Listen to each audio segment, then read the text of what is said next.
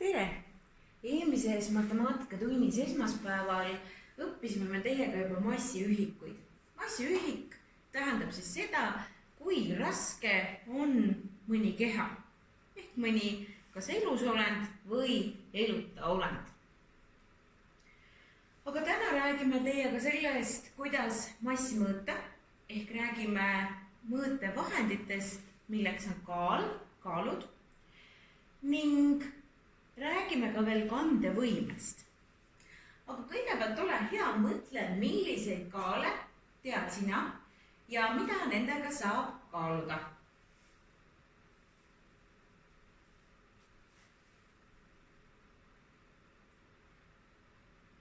Nii, kindlasti tuli sulle tuttav ette köögikaal. Võib-olla ka sinu kodus on see olemas.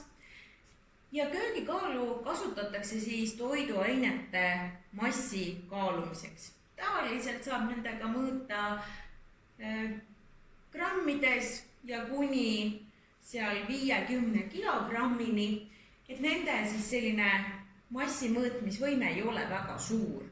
Ehk siis köögis, kui tihti me ikka teiega 20 kiloseid asju kaalume, pigem on vaja retsepti panna näiteks 200 grammi jahu või 500 grammi suhkrut ja sellepärast on ta pigem siis selliste kergemate asjade kaalumiseks. Kui me soovime aga iseennast mõõta, siis selle jaoks on olemas vannitoa kaal ehk nii nimetatakse kaalu, millega saab inimene oma massi mõõta. Ja vannitoa kaalu mõõtevahemik on siis tavaliselt 1 kilogramm kuni 120 või 150 kilogrammi. Lihtsalt sellel põhjusel, et inimesi alla 1 või isegi alla paari kilogrammi, isegi väiksed beebid ei kaalu nii vähe. Ning teiselt poolt üldiselt inimeste mass ei ületa ka seda 120 või 150 kilogrammi. Seda kaalu nimetatakse pagasikaaluks ja selle põhjusel, et sellega saab kaaluda tõesti kotti, kuna tal on selline konksukene, siis siia otsa saab kotti riputada. Ja selliseid kaalusid kasutatakse näiteks lennujaamades, kunagi kasutati. Võib-olla oled sa näinud ka kodus, et ema paneb mingid asjad koti sisse ja siis riputab selle sinna otsa, kui teil kodus selline kaal on. Ja selle kaalu vahemik on siis 0 kuni 40 kilogrammi. Et iga selline väike kriipsükene on siis 1 kilogramm.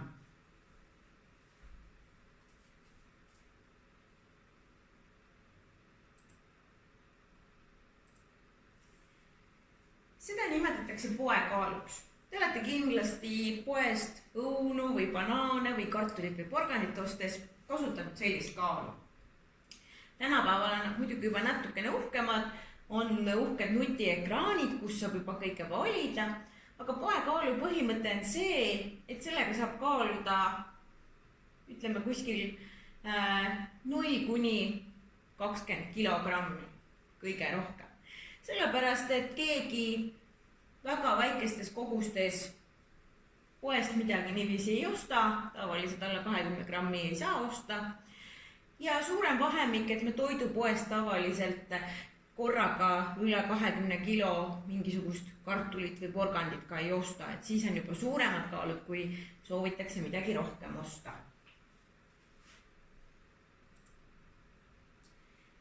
Seda põnevat kaalu nimetatakse loomakaaluks. Ja selle põhjusel, et kuna loomasid me ei riputa ja nemad ka tihtipeale paigal ei püsi, siis on loodud selline natukene laiem alus, kuhu peale siis loom seisab või istub või lamab. Ja siin sees on selline andur, selline tähtis juhe, tänu millele siis saab selle looma kaalu teada. Et kui inimene astub ise kaalu peale ja püsib seal paigal, siis looma käest seda nõuda on tihtipeale raske.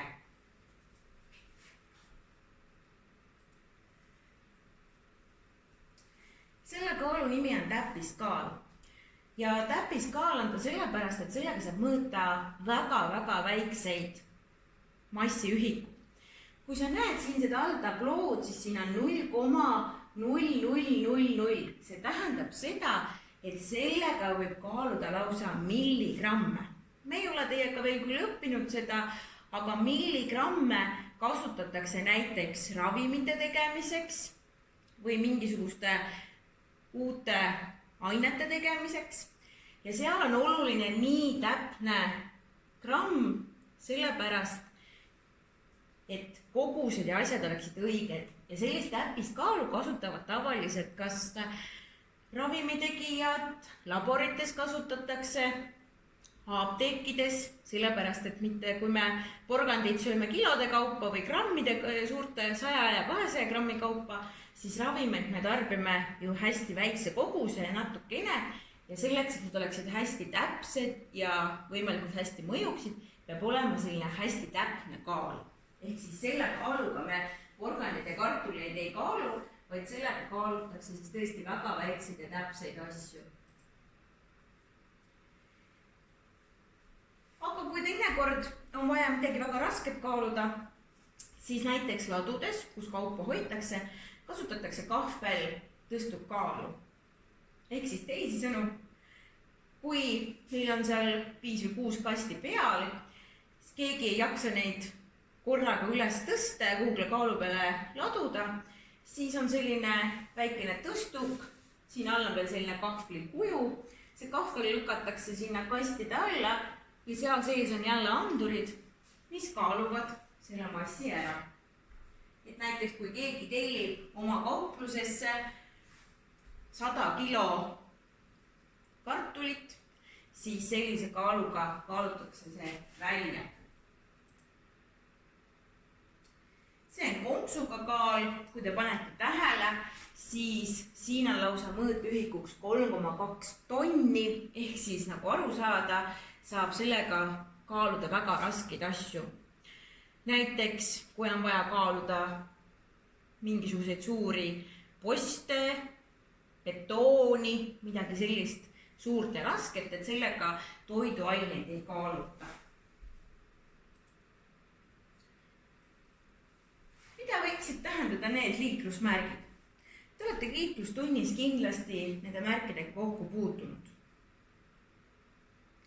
Just nimelt, need liiklusmärgid tähendavad seda, et selle tee peal ei tohi sõita üle 8-tonnine auto. Või selle silla peal ei tohi sõita rohkem kui 7-tonnine sõiduk.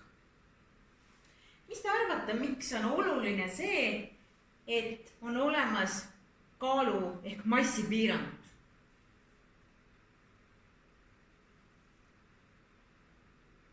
Tõesti, massipiirangud on selle jaoks vajalikud, et näiteks sild ja ka tee ei ole lõpmatuseni tugevad, ehk igal asjal on tegelikult oma kandevõime.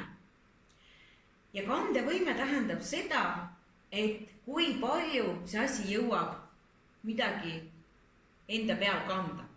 Nii nagu meie ei jaksa teiega autot üles tõsta, ehk meie kandevõime ei ole nii suur, siis tegelikult ka sildadel ja teedel on oma kandevõime, sellepärast, et näiteks muidu võivad sillapostid katki minna, kui sinna läheb väga raske asi peale, või ka sõidutee võib tõesti minna katki ajapikku, kui seal pidevalt sõidavad peal raskemad autod, kui tohivad, ehk siis nad tegelikult vajutavad sinna asfaldi sisse siis auke ja rööpaid.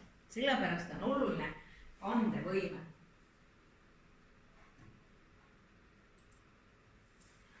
Mis võib siis teiega juhtuda, kui autojuht ei pea kinni liiklusmärgi nõuetest?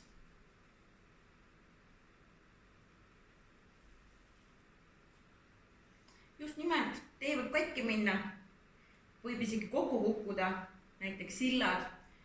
Maailmas on ja ka Eestis on päris palju sildu, kuhu juurde ongi märgitud, et sinna ei tohi raskem asi peale minna, sellepärast, et tõesti võib see sild või tee muidu katki minna.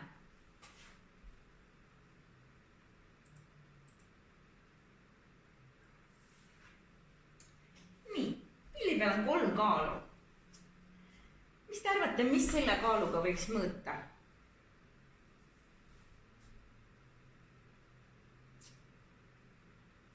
Mis selle kaaluga? Ja selle kaaluga?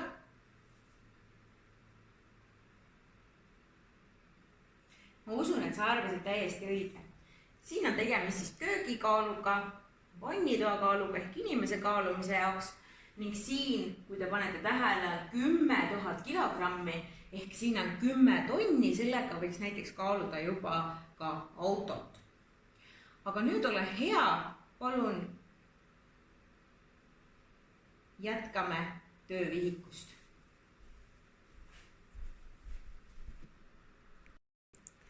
Nii, töövihikust lehekülg 37, ülesanne 2. Siin on vaja nüüd teisendada. Nii nagu sa eelmisel tunnil juba tegid, siis kõigepealt esimese tulba juures on vaja teisendada kilogrammideks.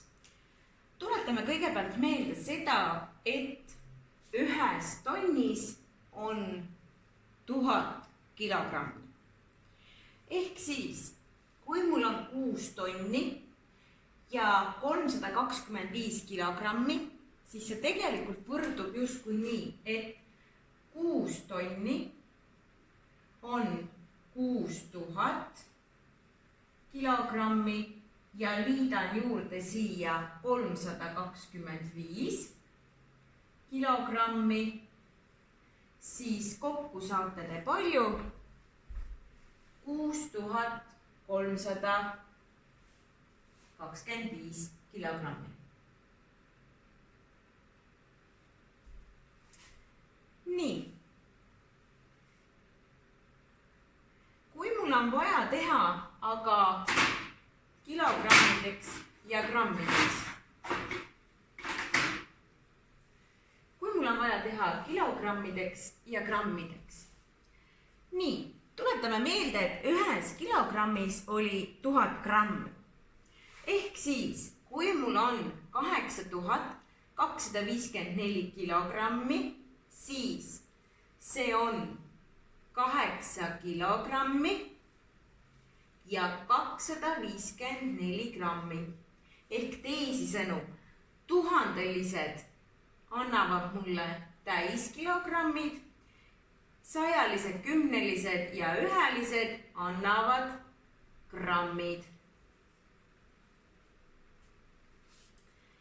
Ja kui mul on vaja teha nüüd kilogrammid grammideks, siis tuletame veel kord meelde, et ühes kilogrammis on 1000 grammi ehk 5 kilogrammi on 5000 grammi.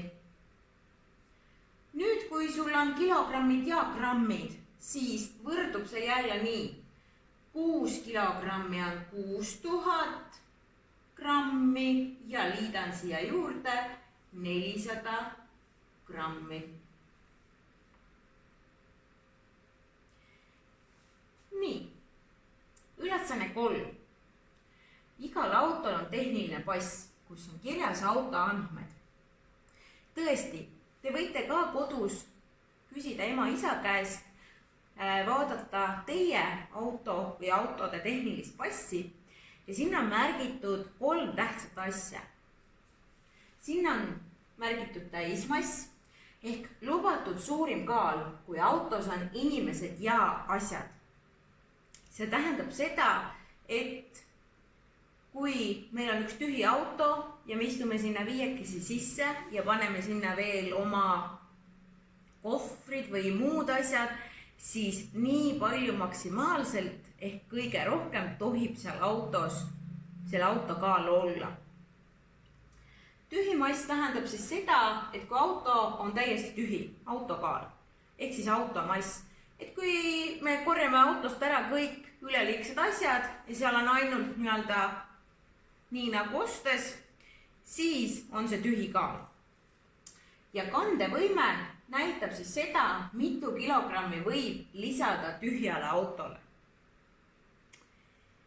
Ehk siis täismass tähendab sedasama, et kui minu auto täismass näiteks siin on 1910 kilogrammi, siis kaalub minu auto koos terve meie pere ja meie asjadega kõige rohkem nii palju.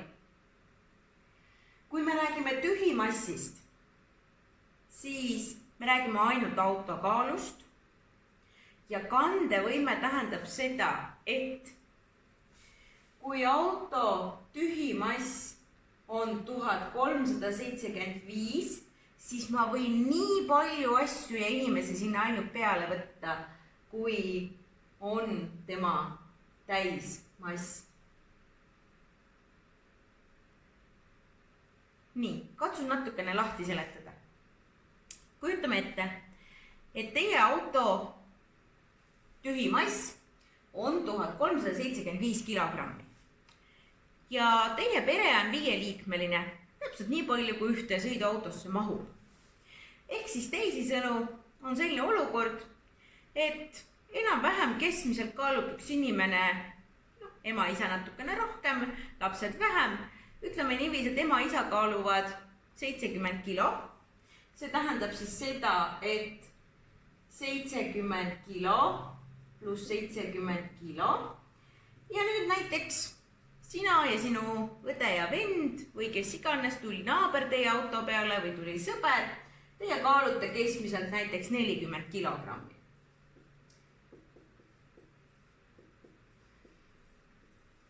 Nii, ole hea, arvuta kokku, mitu kilogrammi on nende inimeste mass ehk kaal seal autos.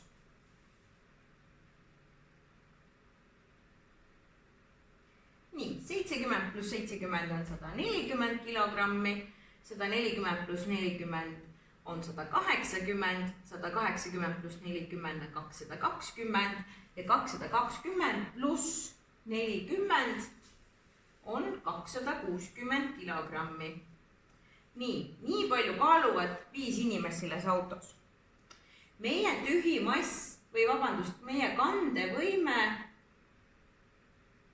meie täismass on 1910 kilogrammi. Lahutame siit maha inimeste kaalu. Nii, 0-0 on 0. Ühest ei saa lahutada, laenan sajaliste pealt, 11 miinus 6 on 5, 8 miinus 2 on 7 ja 1 miinus 0 on 1. Nii, saime 1750. Nii, auto tühimass oli 1375. Lahutame veel selle ka maha, teada saamaks seda, et palju me võime sinna autosse veel asju panna. Nii, 0-st ei saa 5 võtta, laenan, 10 miinus 5 on 5, 4-7 ei saa võtta, laenan 7 pealt, 14 miinus 7 on 7, 6-st 3 on 3 ja 1 miinus 1 on 0. Nii, ja saime nüüd teada sellise asja, et kui me läheksime selle autoga sõitma, siis võib sinna sisse istuda 5 inimest selliste kehakaaludega ja võivad sinna panna veel 375 kilogrammi asju. Ja see kandevõime on oluline sellepärast, et tegelikult ka auto sõidab kõige paremini siis, kui me peame kinni nendest samadest kandevõimetest ja massidest. Sellepärast, et kui me koormame auto üle, siis mitte ainult see, et me lõhume teid, vaid teiselt poolt ka me lõhume autot. Sellepärast, et siis ei saa töötada nii hästi auto rehvid, auto mootor ja ajapikku see auto läheb lihtsalt katki ja halvemal juhul võib juhtuda ka õnnetus, sellepärast, et kui üks asi on liiga ülekoormatud ehk ta ei jõua nii palju kanda, siis võib juhtuda see, et midagi läheb seal katki ja juhtub õnnetus. Nii, aga vaatame nüüd ülesannet 3.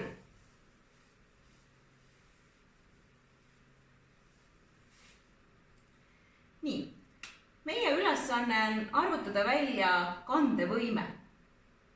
Ja selle jaoks on meil vaja arvutada nii, et me võtame kõige suurema täismass. Täismass oli siis, kui kõik asjad on auto peal, inimene ja autokaal ja kõik meie asjad. Nii, täismassist 1910 kilogrammi peame lahutama tühimassi.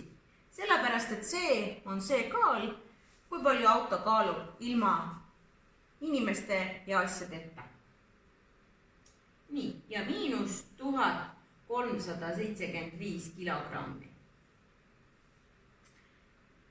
nii, ja täpselt samamoodi käib ka ülesande 3B osa. Täismassist lahutab maha tühi massi. Arvutada võid vihikusse.